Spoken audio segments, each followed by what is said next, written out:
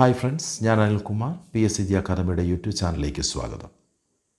2020 June July മാസത്തോടെ LDC പരീക്ഷകൾ ആരംഭിക്കുകയായി. നമുക്ക് ലഭ്യമാകുന്ന 6 മാസത്തിനുള്ളിൽ എങ്ങനെ ഇംഗ്ലീഷ് വിഭാഗത്തിലെ 20 മാർക്കും നേടാൻ കഴിയുമെന്ന കാര്യമാണ് ഈ എപ്പിസോഡിലൂടെ പരിശോധിക്കുന്നത്. ഇംഗ്ലീഷ് ഭാഷയെയും വ്യാകരണത്തെയും സംബന്ധിക്കുന്ന അടിസ്ഥാനപരമായ അറിവ് ഇംഗ്ലീഷ് പഠനത്തെ സുഗമമായി മുന്നോട്ട് കൊണ്ടുപോകാൻ നമ്മെ സഹായിക്കും. ഉദ്യോഗാർത്ഥികളെ സംബന്ധിച്ചിടത്തോളം ഈ അടിസ്ഥാനപരമായ അറിവിൻ്റെ കാര്യത്തിൽ നാം ഓരോരുത്തരും വ്യത്യസ്തരായിരിക്കും. അതുകൊണ്ട് തന്നെ എല്ലാവർക്കുമായി പൊതുവായ ഒരു രീതി നിർദ്ദേശിക്കുന്നത് പ്രായോഗികമല്ല. ഈ സാഹചര്യത്തിൽ ഇംഗ്ലീഷ് വ്യാകരണത്തിലെ അടിസ്ഥാനപരമായ അറിവുകൾ എത്രമാത്രം നിങ്ങൾക്കുണ്ട്, അതായത് എന്താണ് നിങ്ങൾക്ക് അറിയുന്നത്, എന്താണ് അറിയാത്തത്, ഈ കാര്യം നിങ്ങളെ ബോധ്യപ്പെടുത്തിക്കൊണ്ട് അതിനനുസൃതമായ ഒരു പാഠ്യക്രമം സ്വയം നിർണ്ണയിക്കുവാൻ നിങ്ങളെ പ്രാപ്തരാക്കുക, തുടർ പഠനത്തിന് സഹായിക്കുക എന്നൊരു രീതിയാണ് ഇംഗ്ലീഷിനായുള്ള ഈ ക്രാഷ് കോഴ്സിലൂടെ PSCG അക്കാദമി പ്രാവർത്തികമാക്കുന്നത്. സ്ക്രീനിലെ സ്ലൈഡിൽ നിങ്ങൾക്ക് കാണാൻ കഴിയുന്നത് 24 സഹായക ക്രിയകളാണ്, ഓക്സിലറി വെർബുകളാണ്. ഈ സഹായക ക്രിയകളിൽ പ്രൈമറി ഓക്സിലറീസും മൊഡാൽ ഓക്സിലറീസും നിങ്ങൾക്ക് തിരിച്ചറിയാൻ കഴിയുന്നുണ്ടോ? മനസ്സിൽ ഒന്ന് സങ്കല്പിച്ചു നോക്കൂ.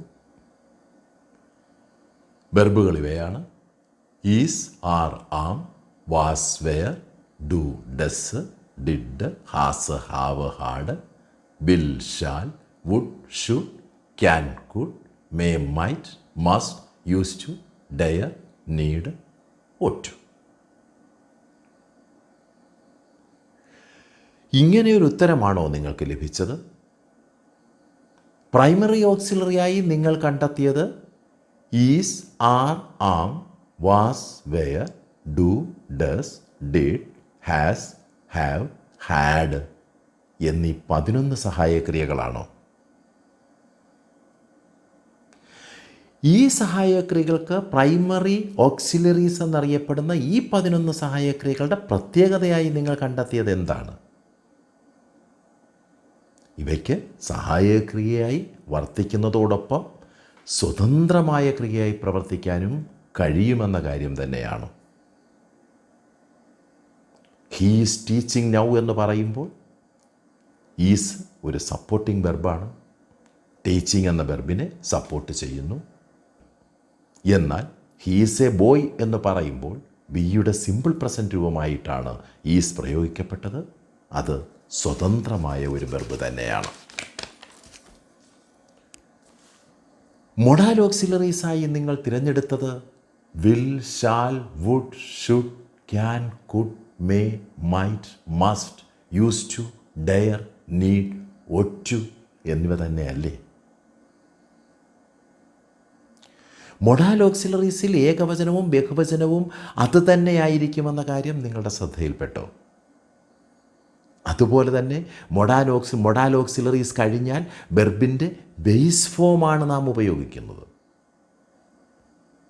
യൂസ്ഡ് ടു മാത്രമാണ് അതിന് അപവാദമായി വരിക. യൂസ്ഡ് ടുവിന് ശേഷം യൂസ്ഡ് ടു മാത്രമേ ഉള്ളൂവെങ്കിൽ സാധാരണ നമ്മൾ ബേസ് ഫോമാണ് ഉപയോഗിക്കുക. Used to go, use to leave എന്നൊക്കെ തന്നെയാണ് പറയുക. പക്ഷേ is used to, is or are or am used to എന്ന് വന്നാൽ, was or were used to എന്ന് വന്നാൽ, അല്ലെങ്കിൽ ഗെറ്റ് യൂസ്ഡ് ടു എന്നോ ഗോട്ട് യൂസ്ഡ് ടു എന്നോ വന്നാൽ നാം അവിടെ വെർബിൻ്റെ ING എന്ന രൂപമാണ് അതിനോടൊപ്പം ചേർക്കാറുള്ളത്. അടുത്തതായി സ്ക്രീനിൽ കാണുന്ന ഈ പ്രോനൗണുകളെ ഒന്ന് ശ്രദ്ധിക്കൂ. നമുക്കറിയാം, first person, second person, third person. First പേഴ്സണിൽ സിംഗുലറായി പ്ലൂറൽ വി, സെക്കൻഡ് പേഴ്സണിൽ സിംഗുലറും പ്ലൂറലും യു തന്നെയാണ്. Third person singular he, she it, plural they. ഇവ പ്രോനൗണുകളാണ്. ഈ സർവനാമങ്ങളോട് അല്ലെങ്കിൽ അവയ്ക്ക് സമാനമായ നാമങ്ങളോട് ഡു ഓർ ഡസ് എന്ന ഒരു ഓപ്ഷൻ നമുക്ക് ലഭിക്കുമ്പോൾ ഡു ഓർ ഡസ്സിനോടൊപ്പം ഏതൊക്കെ സബ്ജക്റ്റുകളെ കണക്ട് ചെയ്യാൻ കഴിയും? ഈസ് ഓർ ആർ ഓർ ആമിനോടൊപ്പം ഏത് സബ്ജക്റ്റുകളെ കണക്ട് ചെയ്യാൻ കഴിയും? ഹാവ് ഓർ ഹാസിനോടൊപ്പം, വാസ് ഓർ വെയറിനോടൊപ്പം ഏത് സബ്ജക്റ്റുകളെ നമുക്ക് കണക്ട് ചെയ്യാൻ കഴിയും? നിങ്ങൾക്ക് ഇതിനുത്തരം കണ്ടെത്താൻ കഴിയുന്നുണ്ടോ? നിങ്ങൾ ചിന്തിച്ചത് ഡു ഓർ ഡസിൻ്റെ കാര്യത്തിൽ, ഹാവ് ഓർ ഹാസിൻ്റെ കാര്യത്തിൽ നിങ്ങൾ ചിന്തിച്ചത് ഇങ്ങനെ തന്നെയാണോ? ഡു ഓർ ഡസ് നമ്മൾ എടുക്കുമ്പോൾ, ഡു ഓർ ഡസ് എന്നുള്ളൊരു ഓപ്ഷൻ ലഭിക്കുമ്പോൾ ഏതേത് സബ്ജക്റ്റുകളാണ് ഡൂവിനോടൊപ്പം ചേർന്ന് വരിക, ഏതേത് സബ്ജക്റ്റുകളാണ് ഡസ്സിനോടൊപ്പം ചേർന്ന് വരിക? Third person singular. എന്താണ് തേർഡ് പേഴ്സൺ സിംഗുലർ?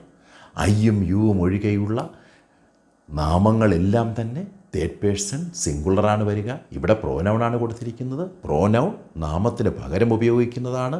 അതിന് സമാനമായ നൗണുകളും തേർഡ് പേഴ്സണിലേക്ക് വരുന്നുണ്ട്. അങ്ങനെ നോക്കുമ്പോൾ ഐയും യുവും ഒഴികെയുള്ള ഏകവചന രൂപത്തിലുള്ള നാമങ്ങളെല്ലാം തന്നെ തേർഡ് പേഴ്സൺ സിംഗുലറിൽ വരുന്നുണ്ട്. അവയോടൊപ്പം തേർഡ് പേഴ്സൺ സിംഗുലറിനോടൊപ്പം നമ്മൾ ഡസ് അല്ലെങ്കിൽ ഡസ് ചേർന്ന രൂപമായിരിക്കും ഉപയോഗിക്കുക. തേർഡ് പേഴ്സൺ സിംഗുലറിനെ ഒഴിച്ചു നിർത്തിക്കഴിഞ്ഞാൽ ബാക്കി വരുന്ന എല്ലാ സബ്ജക്റ്റിനോടുമൊപ്പം നമ്മൾ എന്തായിരിക്കും ചേർക്കുക? ഡു ചേർന്ന രൂപമായിരിക്കും ചേർക്കുക. ഹാവ് ഓർ ഹാസിൻ്റെ ചോയ്സ് വരുമ്പോഴും ഇതുപോലെ തന്നെയാണ്. ഐയും യുവും ഒഴികെയുള്ള ഏകവചന രൂപങ്ങൾ, അതായത് ഹീ ഷീ ഇറ്റ് എന്ന് പറയുന്ന പ്രോനൗണുകൾ, അവയ്ക്ക് സമാനമായ നൗണുകൾ വരുമ്പോൾ നമ്മൾ എന്താണ് ഉപയോഗിക്കുക? ഹാസാണ് ഉപയോഗിക്കുക. എന്നാൽ തേർഡ് പേഴ്സൺ സിംഗുലർ ഒഴികെയുള്ള ഏത് സബ്ജക്റ്റ് വരട്ടെ, ആ സബ്ജക്റ്റുകൾ ഏകവചനമാകട്ടെ ബഹുവചനമാകട്ടെ, നാം എന്താണ് ഉപയോഗിക്കുക?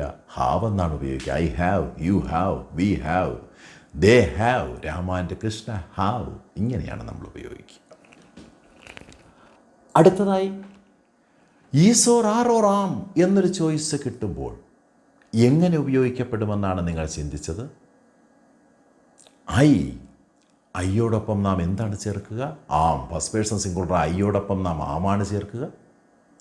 തേർഡ് പേഴ്സൺ സിംഗുലർ ഐയും യുവും ഒഴികെയുള്ള ഏകവചന രൂപങ്ങളെയാണ് തേർഡ് പേഴ്സൺ സിംഗുലർ എന്ന് പറയുക. അങ്ങനെയുള്ള third person singular he she it എന്ന പ്രോനൗണുകൾ, അവയ്ക്ക് സമാനമായ നൗണുകൾ വരുമ്പോൾ നാം ഈസ് ആണ് ഉപയോഗിക്കുക അവയിൽ നിന്ന്. എന്നാൽ ഫസ്റ്റ് പേഴ്സൺ സിംഗുലറും തേർഡ് പേഴ്സൺ സിംഗുലറും ഒഴികെയുള്ള സബ്ജക്റ്റുകൾ വരുമ്പോൾ, അതായത് സെക്കൻഡ് പേഴ്സൺ സിംഗുലറും അതിൽ പെടുന്നുണ്ട്, പ്ലൂറൽ മൊത്തത്തിൽ വരുന്നുണ്ട്, നാം എന്താണ് ഉപയോഗിക്കുക? ആർ എന്നാണ് ഉപയോഗിക്കുക.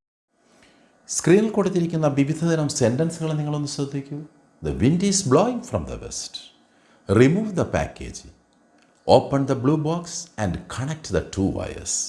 Please get out of the room. Where do live in California? Do like to eat ice cream? How beautiful that flower is. ഇവ ഏതേത് തരം സെൻറ്റൻസുകളാണ് എന്ന് നിങ്ങൾക്ക് പറയാൻ കഴിയുന്നുണ്ടോ? പലപ്പോഴും ഇംഗ്ലീഷ് ഗ്രാമറിൽ ഈ സെൻറ്റൻസുകളെ വിവേചിച്ചറിയുന്നത് നമുക്ക് കറക്റ്റായ ഉത്തരം എഴുതുവാൻ സഹായകമാകും. കാരണം ഒരു സെൻറ്റൻസിനെ റിപ്പോർട്ട് ചെയ്യുമ്പോൾ ഈ പറഞ്ഞ പല ടൈപ്പ് സെൻറ്റൻസുകളെ നാം പല രീതിയിലാണ് കൈകാര്യം ചെയ്യുന്നത്. ആക്റ്റീവ് വോയിസ്, പാസീവ് വോയിസിൻ്റെ കാര്യത്തിലും അങ്ങനെയാണ്. ക്വസ്റ്റ്യൻ ടാഗ് എഴുതുമ്പോൾ അങ്ങനെയാണ്. അപ്പോൾ ഈ സെൻറ്റൻസുകളെ നമ്മൾ വ്യക്തമായി മനസ്സിലാക്കേണ്ടതുണ്ട്. നിങ്ങൾ ഇവയെ ഏതേത് സെൻറ്റൻസുകളായി ഇപ്പോൾ മാർക്ക് ചെയ്തിട്ടുണ്ട്? നിങ്ങൾ ഈ രീതിയിൽ തന്നെയാണോ ചിന്തിച്ചത്? The wind is blowing from the west. അതൊരു സ്റ്റേറ്റ്മെൻറ്റാണ്. സ്റ്റേറ്റ്മെൻറ്റിനെ നമ്മൾ അസർട്ടീവ് സെൻറ്റൻസ് എന്നും ഡിക്ലറേറ്റീവ് സെൻറ്റൻസ് എന്നും പറയാറുണ്ട്. അപ്പോൾ ആ വിഭാഗത്തിൽപ്പെടുന്ന സെൻറ്റൻസാണ്. ഇതൊരു പ്രസ്താവന അല്ലെങ്കിൽ പ്രഖ്യാപനത്തെ സൂചിപ്പിക്കുന്ന സെൻറ്റൻസിനെ നമ്മൾ എന്താണ് പറയുക? സ്റ്റേറ്റ്മെൻ്റ് എന്നാണ് പറയുക. The wind is blowing from the west.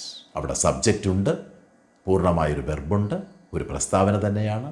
The wind is blowing from the west. എന്നാൽ രണ്ടാമത്തെ സെൻറ്റൻസിലേക്ക് വരുമ്പോൾ അത് ഇമ്പരറ്റീവ് സെൻറ്റൻസ് ആണ്. എന്ത് അതിന് കാരണം? Remove the packaging. അവിടെ സബ്ജക്റ്റിനെ പറ്റി നിങ്ങൾ ആലോചിച്ചാൽ ആദ്യ സെൻറ്റൻസിൽ ദ വിൻഡ് ആയിരുന്നു സബ്ജക്റ്റ് എങ്കിൽ രണ്ടാമത്തെ സെൻറ്റൻസിലെ സബ്ജക്റ്റ് ഏതാണ്? സബ്ജക്റ്റ് അതിൽ നൽകിയിട്ടില്ല. സബ്ജക്റ്റ് അണ്ടർസ്റ്റുഡാണ്. യു ആണ് അവിടെ സബ്ജക്റ്റ്. നാം നമ്മെ അഭിമുഖീകരിച്ച് നിൽക്കുന്ന ഒരാളോട് റിമൂവ് ദ പാക്കേജിങ് എന്ന് പറഞ്ഞാൽ യു റിമൂവ് ദ പാക്കേജിങ് എന്നാണ്. പക്ഷേ നാം യു പറയാറില്ല. അപ്പോൾ സബ്ജക്റ്റ് അണ്ടർസ്റ്റുഡ് ആകുക, ഒരു നിർദ്ദേശം നൽകുക, അല്ലെങ്കിൽ നമ്മൾ ഒരു അഡ്വൈസ് നൽകുക, വാണിംഗ് നൽകുക, ഒരാജ്ഞ നൽകുക, ഒരു റിക്വസ്റ്റ് ചെയ്യുക, ഒരു റിക്വസ്റ്റ് ഉണ്ടാവുക. ഇങ്ങനെയൊക്കെ വരുമ്പോൾ നാം അത്തരം സെൻറ്റൻസുകൾ ഇമ്പരറ്റീവ് സെൻറ്റൻസ് ആയിട്ടാണ് എഴുതുക. അവിടെ സബ്ജക്റ്റ് ഉപയോഗിക്കാറില്ല. മിക്കപ്പോഴും യു തന്നെയായിരിക്കും സബ്ജക്റ്റ് അണ്ടർസ്റ്റുഡ് ആയിരിക്കും, സബ്ജക്റ്റ് ഉപയോഗിക്കാതെ വെർബ് കൊണ്ടായിരിക്കും അത്തരം സെൻറ്റൻസ് തുടങ്ങുക. ഇവിടെ നോക്കൂ, റിമൂവ് ദ പാക്കേജിങ്, അത് ഇമ്പരറ്റീവ് സെൻറ്റൻസ് ആണ്. Open the blue box and connect the 2 wires എന്ന് പറയുമ്പോഴും നാം നൽകുന്ന നിർദ്ദേശമാണ്. അവിടെ സബ്ജക്റ്റ് യു ആണ്, നാം പറഞ്ഞിട്ടില്ല. Open the blue box and connect the 2 wires എന്ന് മാത്രമേ പറഞ്ഞിട്ടുള്ളൂ. അത് ഇമ്പരറ്റീവ് സെൻറ്റൻസ് ആണ്. Please get out of the room എന്ന് പറയുമ്പോൾ അവിടെ സെൻറ്റൻസ് ശ്രദ്ധിക്കൂ. പ്ലീസ് അവിടെ കിടക്കട്ടെ, ദയവായി എന്നുള്ള അർത്ഥത്തിൽ പ്രയോഗിച്ചിരിക്കുന്നത് get out of the room. ആരാണ് റൂമിൽ നിന്ന് പുറത്ത് പോകേണ്ടത്? You get out of the room. You നമ്മൾ പറഞ്ഞിട്ടില്ല. അവിടെയും വെർബ് കൊണ്ട് തന്നെയാണ് ഓപ്പൺ ചെയ്തിരിക്കുന്നത്. അത് ഇമ്പരറ്റീവ് സെൻറ്റൻസ് ആണ്. Where do you live in California? എന്താണ്? ചോദ്യരൂപത്തിലുള്ള വാക്യമാണ്. ചോദ്യരൂപത്തിലുള്ള വാക്യങ്ങളെ ഇൻ്ററോഗേറ്റീവ് സെൻറ്റൻസ് എന്നാണ് പറയുക. Do you like to eat ice cream? ഒരു സഹായക്രിയ കൊണ്ട് തുടങ്ങിയിരിക്കുന്ന ഒരു ക്വസ്റ്റ്യനാണിത്. ഇതിൻ്റെ ആൻസർ യെസ് ഓർ നോ എന്നായിരിക്കും. ഇതും ചോദ്യരൂപം തന്നെയാണ്. അത് ഇൻ്ററോഗേറ്റീവ് സെൻറ്റൻസ് ആണ്. How beautiful that flower is എന്ന് പറയുമ്പോൾ അവിടെ നമ്മുടെ ഒരു സ്ട്രോങ് ഫീലിങ്ങിനെയാണ് നാം സൂചിപ്പിക്കുന്നത്. എക്സ്ക്ലമേഷൻ മാർക്ക് വരുന്നു. അത് എക്സ്ക്ലമേറ്ററി സെൻറ്റൻസ് ആണ്. ഇംഗ്ലീഷ് ഗ്രാമർ നന്നായി ചെയ്യുന്നതിനായി നമ്മെ സംബന്ധിച്ചിടത്തോളം ഇംഗ്ലീഷ് ഗ്രാമർ നന്നായി ചെയ്യണമെന്നുണ്ടെങ്കിൽ നാം ഒരു സെൻറ്റൻസ് കാണുമ്പോൾ അത് ഏത് തരത്തിൽപ്പെട്ട സെൻറ്റൻസ് എന്ന് പെട്ടെന്ന് തിരിച്ചറിയാനുള്ള ഒരു. അടുത്തതായി സ്ക്രീനിലെ ഈ സെൻറ്റൻസുകൾ നിങ്ങളൊന്ന് ശ്രദ്ധിക്കൂ. The dog howled. അവിടെ ഡോഗ് അണ്ടർലൈൻ ചെയ്തിരിക്കുന്നു. It is a pen, it underline ചെയ്തിരിക്കുന്നു. Rama killed a snake yesterday, killed underline ചെയ്തിരിക്കുന്നു. Baby cried for a long time, for underline ചെയ്തിരിക്കുന്നു. The baby gazed at his mother and father, and underline ചെയ്തിരിക്കുന്നു. Wow the jump was amazing, wow underline ചെയ്തിരിക്കുന്നു. ഇവിടെ underline ചെയ്ത വാക്കുകൾ ഏത് parts of സ്പീച്ചിലാണ് വരിക? ഒന്ന് പരിശോധിച്ച് നോക്കൂ. നിങ്ങൾക്ക് ഇങ്ങനെ പറയാൻ കഴിയുമായിരുന്നു, ഡോഗ് നൗണാണ്, അത് പേരായ ശബ്ദമാണ്. It is a pen, it അതൊരു പ്രോനൗണാണ്. നമുക്കറിയാം I, you, we, he, she, it, they ഇവയൊക്കെ നൗണിന് പകരം നിൽക്കുന്നവയാണ്, പ്രോനൗണുകളാണ്.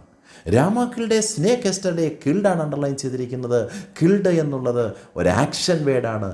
അപ്പോൾ അത് വെർബാണ്, അത് ആക്ഷൻ വേർഡാണ്, വെർബാണ് എന്ന് നമുക്ക് മനസ്സിലാക്കാൻ കഴിയുന്നു. The baby cried for a long time എന്നതിൽ ഫോർ എന്നത് എന്താണ്? ഒരു പ്രിപ്പോസിഷനാണ്. ക്രൈഡ്, എ ലോങ് ഇവയെ തമ്മിൽ ബന്ധിപ്പിക്കുന്നു. ഫോർ.